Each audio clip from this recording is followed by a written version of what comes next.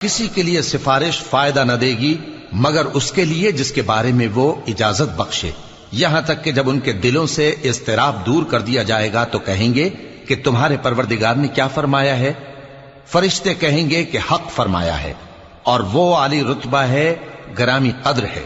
پوچھو کہ تم کو آسمانوں اور زمین سے کون رزق دیتا ہے؟